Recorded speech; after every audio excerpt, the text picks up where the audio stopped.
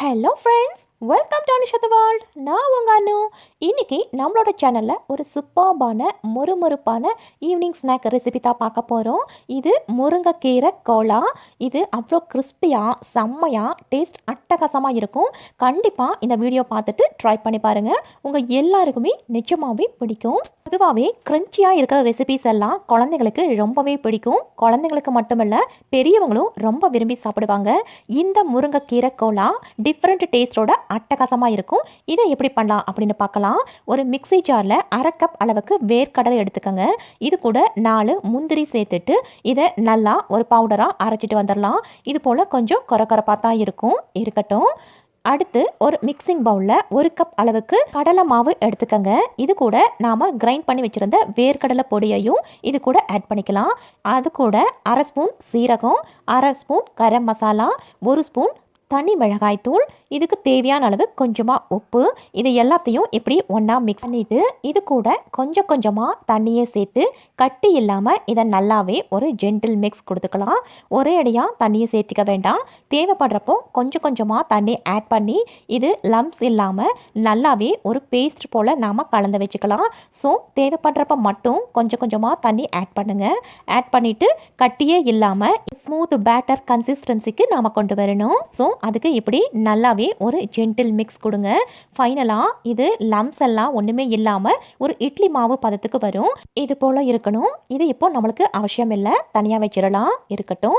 அடுத்து ஒரு மிக்ஸி ஜாரில் 5 பல்லு பூண்டு, 2 பல்லு இஞ்சி, 2 பச்சை மிளகாய், இது எல்லாத்தையும் நீங்கள் கல்லில் அடிச்சுக்கோங்க, இல்லை கிரைண்ட் பண்ணி பேஸ்ட் பண்ணி இது போல் தனியாக எடுத்து வச்சுக்கோங்க. இதுவும் இருக்கட்டும்.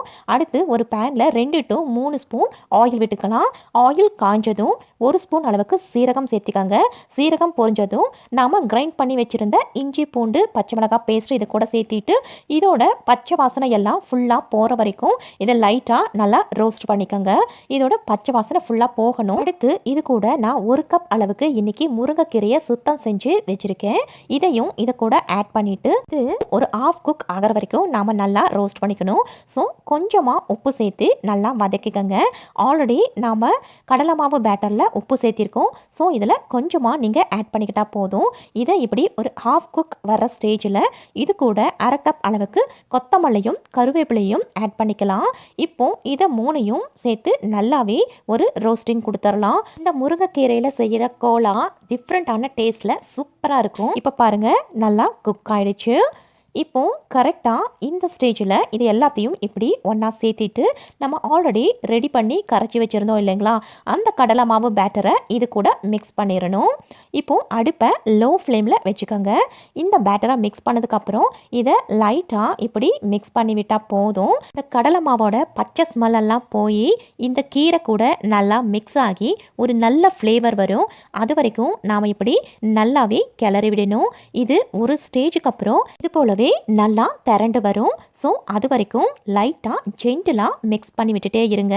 அவ்வளோதான். இப்போது இந்த ஸ்டேஜில் இதை கொஞ்ச நேரம் நாம் ஆற வச்சுக்கலாம். இது ரொம்ப சூடாக இருக்கும்.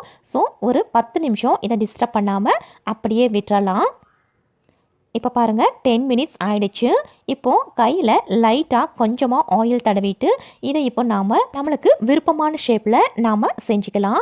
இன்றைக்கி நான் கோலா செய்ய போகிறதுனால இந்த மாதிரி உருண்டையாக பிடிச்சிக்கிறேன். இதை நீங்கள் இப்படியே வடையாகவும் தட்டி போட்டுக்கலாம், இல்லை பக்கோடாவும் போட்டுக்கலாம், இல்லை கட்லெட் போலவும் செஞ்சுக்கலாம்.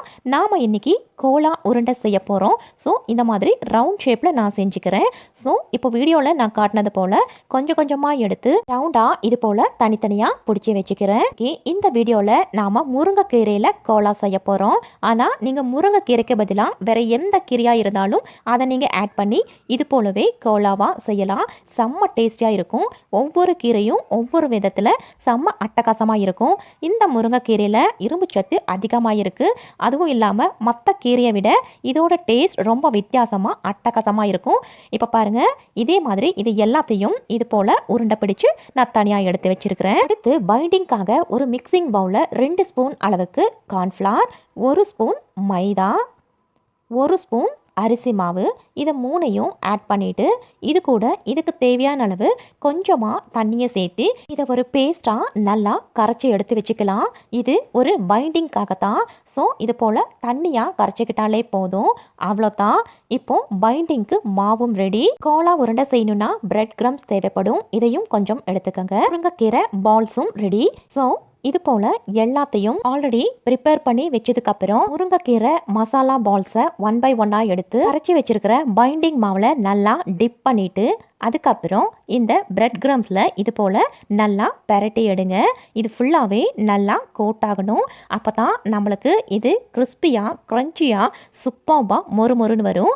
இப்போது இது போலவே 1 by 1 எடுத்து நாம் தனித்தனியாக ரெடி பண்ணி வச்சுக்கணும்.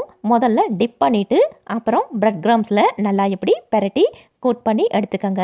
வீடியோவில் காட்டினது போலவே இது எல்லாத்தையும் இப்போ 1 by 1 பைண்டிங்கும் கோட்டிங்கும் பண்ணி இது போல் ரெடி பண்ணி வச்சுக்கோங்க. ஆயில் மிதமான ஹீட்டில் இருக்கணும். இப்போது நாம் ரெடி பண்ணி வச்சுருந்த அந்த முருங்கைக்கீரை பால்ஸை 1 by 1 இப்படி சேர்த்திட்டு இதை நல்லா இப்படி பொரித்து எடுத்துக்கலாம். ஸோ எவ்வளோ முடியுமோ அந்த அளவுக்கு ஒரு பேட்சில் பொரித்து எடுத்துக்கோங்க. ஒரு சைடு நல்லா வெந்ததுக்கப்புறம் அதுக்கப்புறம் லைட்டாக திருப்பி விட்டால் போதும். நீங்கள் டீப் ஃப்ரையும் பண்ணலாம், இது போல் ஷாலோ ஃப்ரையும் பண்ணலாம். 1 by 1 இப்படி லைட்டாக திருப்பி விடுங்க. ஆயில் மிதமான சூட்டில் தான் இருக்கணும். உள்ளேயும் நல்லா வேகணும், வெளியவும் நல்லா கிறிஸ்பியாக மொறுன்னு வரணும். ஸோ இது போல் ஒரு 2-3 டைம்ஸ் நல்லா திருப்பி விட்டுட்டே இருங்க. கடைசியாக நம்மளுக்கு இது போல் நல்லா ஒரு கோல்டன் ப்ரௌன் கலருக்கு நல்லாவே டார்க் கலர் வரும். அதுக்கப்புறம் நாம் எடுத்துக்கலாம். அவ்வளோதான். இப்போ பாருங்கள், நம்மளுடைய கோலா உருண்டை ரெடி ஆயிடுச்சு. இப்போது இந்த கலர் வந்ததுக்கப்புறம் நாம் இதை தனியாக எடுத்துக்கலாம். இப்போது நம்மளுடைய ஒரு பேட்ச் முருங்கைக்கீரை கோலா உருண்டை ரெடி. இதே மாதிரி அடுத்த பேட்சையும் நான் போட்டு எடுத்துக்கிறேன். ஆல்ரெடி சொன்னது போல் 1 by 1 போட்டுட்டு ஒரு சைடு நல்லா மொறுன்னு குக் ஆனதுக்கு அப்புறம் அடுத்த சைடு நம்ம திருப்பி போட்டுட்டு நல்லா டார்க் ப்ரௌன் கலர் வந்ததுக்கு அப்புறம் நாம் தனியாக எடுத்து வச்சுக்கணும். மேலே கிறிஸ்பியாக அவ்வளோ சூப்பராக இருக்குங்க. சாப்பிட்றதுக்கு பார்க்குறப்பவே அப்படி மொறுன்னு இருக்கும், சாப்பிட்றதுக்கும் அவ்வளோ அட்டகாசமான டேஸ்ட்டில் இருக்கும். கண்டிப்பாக எல்லாரும் விரும்பி சாப்பிடுவாங்க. அவ்வளோதான். இப்போ எல்லாத்தையும் பொரிச்சு எடுத்துட்டேன். பாருங்கள், நம்மளுடைய கோலா ரெடி. இது மசாலா கோலா. ஸோ இதை நீங்கள் அப்படியே சாப்பிட்டாலும் செம்ம டேஸ்டியாக இருக்கும். இல்லை இது போல் டொமேட்டோ சாஸ் டொமேட்டோ கெச்சப் வச்சு சாப்பிட்றப்பவும் அட்டகாசமாக இருக்கும். உண்மையாகவே டேஸ்ட் அவ்வளோ ரிச் டேஸ்ட்டில் இருக்குங்க. கண்டிப்பாக ட்ரை பண்ணி பாருங்கள். முருங்கைக்கீரை பிடிக்காதவங்க கூட கண்டிப்பாக விரும்பி சாப்பிடுவாங்க. ஃப்ரெண்ட்ஸ், இந்த முருங்கைக்கீரை கிரன்ச்சி கோலா ரெசிபி உங்கள் எல்லாருக்கும் பிடிச்சிருக்கும்னு நம்புகிறேன். இதே போல் ஒரு டிஃப்ரெண்ட்டான ரெசிபியோட அகைன் வந்து உங்களை எல்லாம் நான் மீட் பண்ணுறேன். Until then, bye from Manu. Take care.